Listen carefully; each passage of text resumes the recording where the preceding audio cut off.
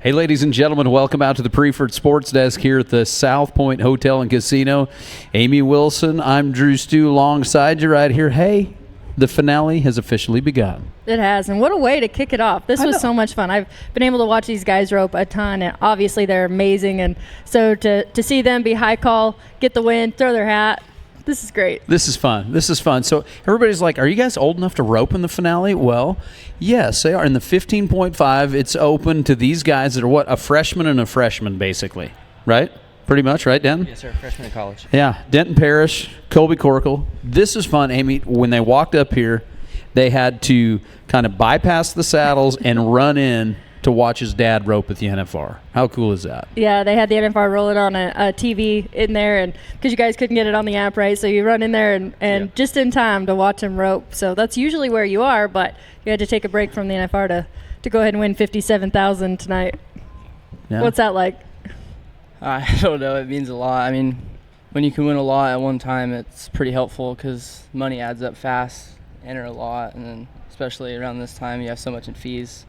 Yeah. So, it helps when you win. You just got to talk to your dad. What'd he say?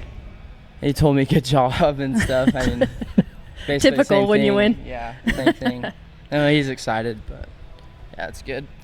That was a pretty fun deal. So, buddy, every time I see your mom and dad, you know how much your folks mean to me, and this is so cool, hugging on them, and good job, pal. It's been so fun watching you do this. So it has to feel good to have your mom and dad here because, his dad's down there roping, so nobody can come hang out with him, but you got mom and dad, Tammy and Justin up here, so that's got to mean a lot, huh? Yeah, no, it's awesome. They're with each other every day. Arizona, they followed, me and Colby went together, and then they took their own rig and was out there. But yeah, this happened one other time, me and Tyler. Yeah. A couple years ago. Except Bobby stayed. So, yeah. Yeah. It means a lot. That's crazy. They were talking about like when Bobby tried. And it's like, so what do I do? Do I stay and watch the kids rope, or to go to the NFR and watch them rope there? Like, what a decision to make. What a cool decision to have to make. Yeah. So let's talk a little bit about you guys' history roping together, guys. Growing up down there in the heart of all of them. You and I have talked a bunch, but. And we've all sat together before and had this conversation. What's it like growing up? What are our practice like? Having the dads and around the families and the horsepower and all of it. What strikes you as most important roping together right here? I don't know. We get to make good runs all the time, but it's pretty intense most of the time. So it kind of, you get better. I think you do. I don't know, but no, it's awesome. He don't live too far from me. He can't drive, so half the time I go pick him up and we practice. But one day he's gonna return. You could drive. You're just not legal to drive. He drives good though. He's a good driver. No, he did drive a little bit. He does drive good. Yeah, 14 and 18. This is really incredible. Yeah. And you guys are entered up. You said from the Open to the 13 and outside, so a chance to win a ton more money here too. Yeah. No, there's honestly one time a year now that you can make good money. The U.S. Finals. Not as good, but you still make good money there. But between Arizona and the teams were down, but between Arizona and out here, you can make good money. Yeah, you mentioned in the interview in the arena that you knew if you turned that steer, he was going to catch him by 2 feet. Do you have that same kind of confidence in Denton? Yeah, I do. He heads really good, and we didn't rope in Arizona. We didn't rope one time in Arizona. No, we roped one time. I missed, so we got that out of the way. Yeah, we entered one time, and he missed the second one, so I knew he wasn't going to do it again. But no, he heads really good, and he's one of the up and coming kids. I guess he's finally getting old enough to go, and he heads really good. Isn't it interesting when you wait for that different moments where you're in different age groups and all that, and you finally turn 18, you get to buy your permit? It's a fun moment, isn't it? A lot to look forward to. Yeah, no, honestly, whatever kid that ropes dreams of. But I got outrun at the first 5, so I turned 1. I got outrun at the first 5, so I mean I got 1. I'm 1 for 6. So yeah, I need to get better. That's not very good odds. Just it's humbling, isn't it? Yeah, in a lot It's of humbling ways. to get out there. Yeah. Well, I tell you what, one thing that you guys have, and it's so great, is the stack of wins that you get to have as a young competitor right now, and that's important because you get to learn how to win. You learn how to win, whether it be at the Patriot events or at the U.S. finals or all the jackpots that we see you guys at. You get to go out and learn how to win. And man, what I love watching. What do you do better? Do you head better than you heel? What is your deal? Are you a header or are you a healer? No, I'm a header. You're a header. I haven't healed. I mean, I heal, but I don't know. It's not like him. But yeah. I got lucky and healed for Tyler trying, and that 1 year when right before he turned, I think before he cut his thumb off. So and I got to heal, and I wasn't supposed to, but it worked out that I did. So I mean, my only claim to fame healing. That's it. We're heading. Yeah. Thanks to Tyler. Yeah. We got to talk about the hat throw, man. Oh, no, I would rather not. We got to talk about your heel horse. We're going to get into it here in a second, but riding a little bit of horsepower right there. Yeah, that's the one my dad bought from Miles and Trevor over there, and he took him this summer with him. And then when I left for Arizona and a little bit before, he knew I needed another one, and I was lucky that we've got some pretty good ones. So I have a really good horse, and then he worked really good all day. And How did he like that hat throw? Not as much as I did, I guess. I don't. That's the truth. Oh man, that's Explain fun. more about why you did it. I mean, obviously you were excited, Well, but there's a little more to the story. Yeah, I was excited, but so my dad won the Cody Johnson Open, and he did it. I made it back that day, and then we weren't really friends that day, I guess, because we were going against each other. And then he got the chance to do it, so I figured if I got the chance to do it, I might as well try to. That's cool. So y'all I aren't didn't hear you friends? guys talk. That's cool. Y'all aren't friends when you go up against each other? We weren't there. I mean, that was a pretty big place, but no, he was. I don't know. Yeah, well, not really. Oh, that's fun. That's fun. Well, I tell you what, guys, let's get right into it here. We're go ahead and take a look at the top 8 in this one right here. This was a fun rope, and Amy got to watch Jake and Clay come back. They had just a little bit of trouble in the short round. They ended up 11th in the rope and winning $9,000. But as we take a look right here in the top 8, Eric Rogers and Kyson win. Kyson, man, a few years ago, I can't remember how much he won at the finale, and it's good to see Kyson coming back after kind of being away for a while. And him and Eric Rogers got him for $13,000. Walker Smith, Justin Davis, $14,000. Bridger Ketchum, Creed West, $17,000. Jace Tettenhorst and Belden Cox roped a great rope in $20,000. $23,000 for Justin and Jorge Pena. Then Clay and Luke in there for $31,000. The Grass Ice has got him $44,000, and you guys are walking out of here with $57,000. And all the saddle and all the prizes. Let's go ahead and take a look. How'd the setup and everything feel, Denton, here, and when you guys backed in for steer number 1? It was pretty good. I didn't do a very good job in the 16. I missed one and broke a barrier on the first one, so I kind of wanted to be off the barrier. I didn't feel like none of these was running hard enough to where I could get outrun, so just be off the barrier and let him heal him. Just back off and go get him a little bit, huh? Catch the first one. Yeah. So we're good on our first one right here.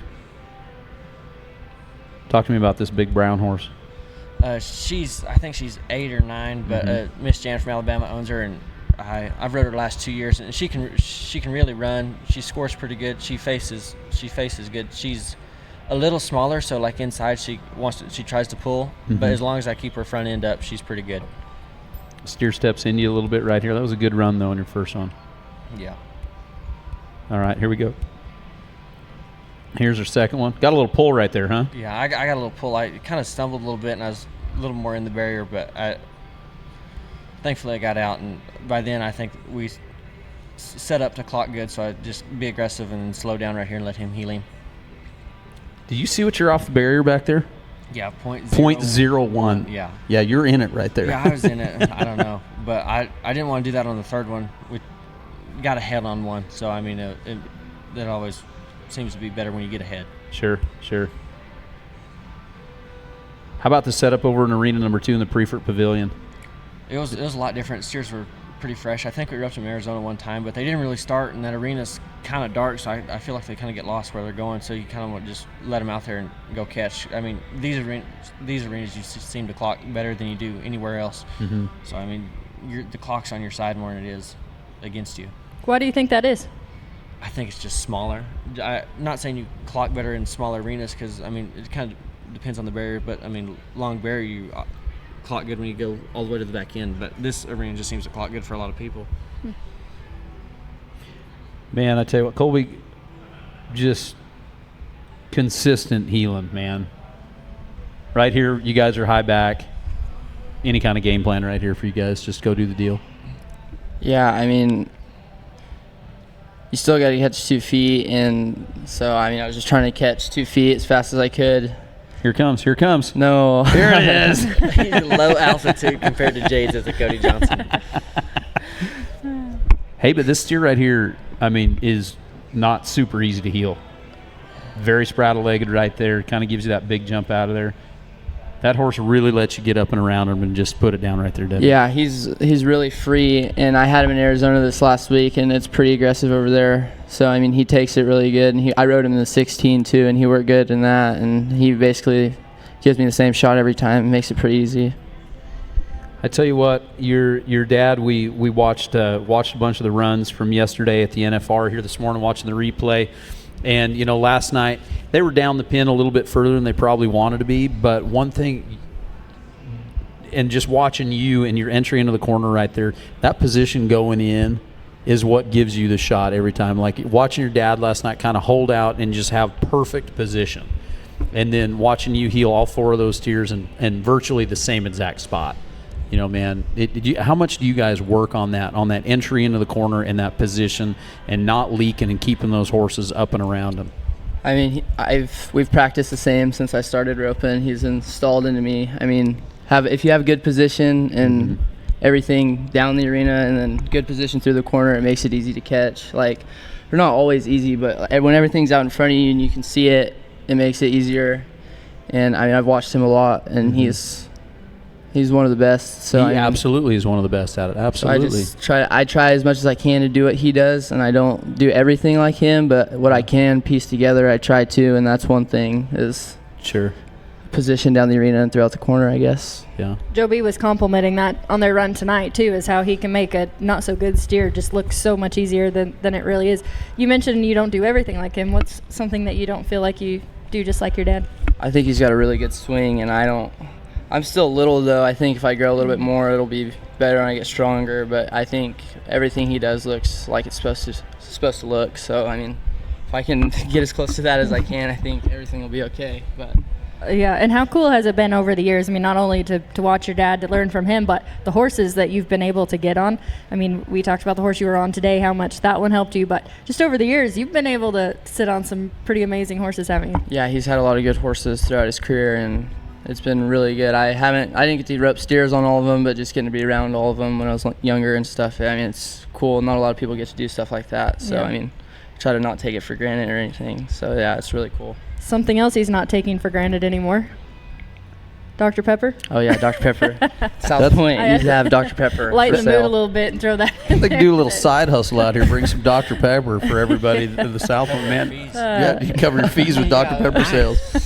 Hey, I want to talk about this because I don't know if you and I have ever talked about this, but going back to the horsepower, a lot of people don't know, like, your dad and the Brazil family, and I mean, there's been a whole lot of great horsepower right there. Back when I was living there at the house, I mean, your dad and Jimmy Brazil, the relationship there and the horsepower back then. You know, man, I remember that big dun horse that your dad had that was so out. What was that horse's name? Numbers, that's right. Man, and your dad always rode good horses and then was always around the Trevors. And man, that's so important and man, just a big part of your upbringing, wasn't it? No, it means a lot. I mean, I've had a great one, I would say. Yeah. Like, maybe not works the best, but for me, it was great at from when I started. My old horse, my old sorrel horse, he's old, but he was solid. I mean, same run every time. He was great. And then my black horse, and then I got my buckskin and this bay mare right here. So, and my dad's picked most of them out. The buckskin that I ride, no one would have picked him. My dad did. I wasn't a fan at first. He wasn't good. But this mare was tricky at first too. Like she's all there, but she's not very big. But just everything about her, there's a lot there. And it took me a little bit longer to get with her, not get with her, but just kind of make everything seem as smooth inside and just different setups. I mean, it's just now she's pretty even everywhere we go. Did your dad really help you with like getting through that horse and figuring it all out, or? Yeah, I mean, it was just kind of just keep riding them, make them. Yeah. Because I mean, the more you ride them, the more you catch them. Catching one's going to train one. So Yeah. I mean, if you catch a lot, they're going to train faster. Yeah. Not saying it's not difficult, but if you catch and score, Yeah. take care of them, and they seem to last a long time. You just reminded me of something I haven't thought of in years. So when I moved to Texas, Amy, and I was living at their place, we were out loping around one day, and or we had started practicing, and Justin first asked me if I knew how to sit down on a horse and rope at the same time, because we were riding some young ones. And I would stand up like I was bowing over him to heel him every time. Justin's like, "Can you sit down and ride a horse through the corner?" And I was like, "No, I don't think I can." And then the other thing was we had those young horses, and Justin and I roped together a lot. And he was like, "Will you quit tracking them and start heeling these? Because if you would go ahead and catch them fast, we could get some horse training done around here." And it changed. Like, I'd never been around any of that. I just came from Montana and just kind of wallered through it all. But your dad taught me so much. But I'll never forget when he was like, "Can you sit down on a horse and swing a heel rope?" And we were roping the heel-o-matic at that time. And I was like, I don't know if I can. I mean, Justin's who taught me what a lead change was. So. Yeah, no, it's the same way with kind of us starting a bunch of head horses. There's a bunch of outside horses at the house. He doesn't. It's not worried about catching and putting them in the right spot, because if their feet aren't in the right place. So I mean, the faster you throw, the more the quicker their feet. They figure it out. They're going to figure it out. Not saying they won't get quick or nothing. You have to free them up, but they're going to get used to getting pulled on, being out of position. But if you catch on them and make them kind of get jerked around a little bit at first, their feet seem to clean up a lot. Absolutely. What did you feel like your dad saw in those horses that you didn't see at the very beginning? I don't know. Oh. Everything. It was tough at first. I wasn't a fan. It was a lot. Dad's just know. He knew. I don't. So I just, yes sir, and went on. Just do your job. Yeah. When they was ready, I get to ride them. Yeah. But other than that, I stay off. Yeah. Well, I tell you what, guys, it's a testament right here. I'm awful proud of both you guys roping so good, and coming from great families, great roping families. I mean, Amy, this is future right here. The finale champions kicking us off. Yeah, you guys mentioned some other names of some young talent that we get to see, and it really is exciting. I mean, all the opportunity that exists now in team roping, and when you grow up like you guys did with the teachers that you did, having a rope in your hand, great horses, it's really cool to see it all now. And you guys 14 and 18, that's crazy, but it's very cool, and hopefully we get to talk to you guys a lot more. Entered up from the open to the 13 and outside, so lots more winning to do, isn't there? They'll be back. Yeah, I hope so. All right, we'll see you back here. How about that, guys? Yes, sir. Yeah, It we'll see works. you. Yeah, we'll save you a seat. Yeah, I'd keep this one reserved. I got you, buddy. That Good was job, for guys. you for sure. Thank you. Well, everybody, make sure you stick around. We're going to be kicking back off here in the morning as we get rolling on down here through the finale. This is day number 1 here at the Ariat World Series Team Roping Finale, or Prefert 15.5 champions right here, and we're going to start it all again tomorrow and keep doing it. Remember, if you want to watch the ropings, you can go to wstroping.com. If you're a Keycard Max member, that is all part of the deal, or you can pay a small fee to watch the pay-per-view there as well. And we're going to keep bringing you these updates. Keep watching on EQN Sports, and we've got a lot of stuff. Amy, we've got all kinds of this is like our 6th show today, I think. Like, seriously, like we've got a lot going on here, so it's going to be a whole lot of fun, everybody. Don't miss it, and we'll be back. We'll start off tomorrow morning at 9 a.m. with mornings in D minor, and then the replay, and then interviews, and then more champions, and that's just what we're doing, right, Amy? Oh yeah, it's such a fun time to be here in Vegas and paying out a ton of money here at the World Series, and thanking our sponsors and getting to tell other stories from the NFR. So yeah, all right here at EQN Sports. I love it. All right, everybody, have a great evening. We'll see you tomorrow.